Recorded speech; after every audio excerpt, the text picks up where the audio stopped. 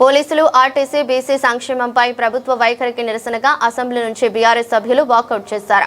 అంతకుముందు హరీష్ రావు మాట్లాడుతూ కాంగ్రెస్ ప్రభుత్వ తీరుపై మండిపడ్డారు. వడ్డించేవాడు మనవాడు అయితే ఎక్కడున్నా లడ్డు వస్తుందని అంటున్నారు. కానీ ముఖ్యమంత్రి వద్దనే పోలీస్ శాఖ ఉన్నప్పటికీ ఇంత నిర్లక్ష్యం చేస్తున్నారని ఆగ్రహం వ్యక్తం చేశారు. పోలీసులను అనేక ఇబ్బందులకు గురి చేస్తున్నారని అన్నారు.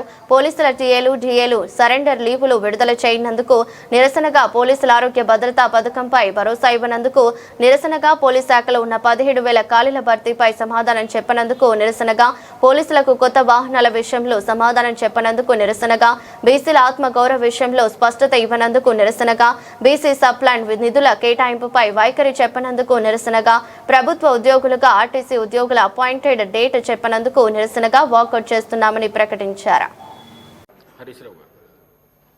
గౌరవనీయులు మా పొన్నం ప్రభాకర్ గారు సమాధానం ఇస్తూ పోలీసుల ఆత్మస్థైర్యం దెబ్బతీయొద్దని, పోలీసుల కోసం మనందరం కూడా నిలబడాలందరూ వారితో నేను పూర్తిగా ఏకీభవిస్తున్నాను అధ్యక్ష.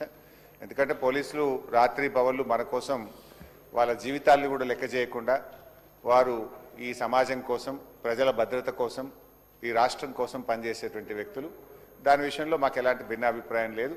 అందుకే ఆనాడు ఈ కేసీఆర్ గారి ప్రభుత్వం పోలీసులకు పెద్ద ఎత్తున 46,000 మంది రిక్రూట్మెంట్ చేసినాం. మేము కొత్త కమిషనరేట్లు పెట్టాం, ట్రాఫిక్ పోలీసులకు అలవెన్స్ తెచ్చాం, పోలీసుల సంక్షేమం కోసం ఆరోగ్య భద్రత లాంటి పథకం కూడా తెచ్చాం అధ్యక్ష.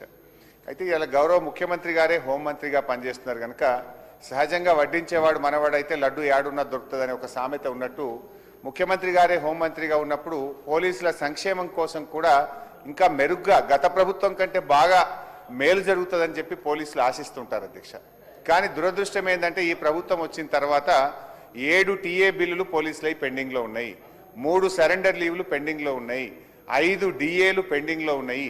అదేవిధంగా అధ్యక్ష పోలీసులకు సంబంధించిన భద్రత పథకాన్ని ఆసుపత్రుల్లో పోతే 1 లక్ష రూపాయలకు మాత్రమే పరిమితం చేశారు.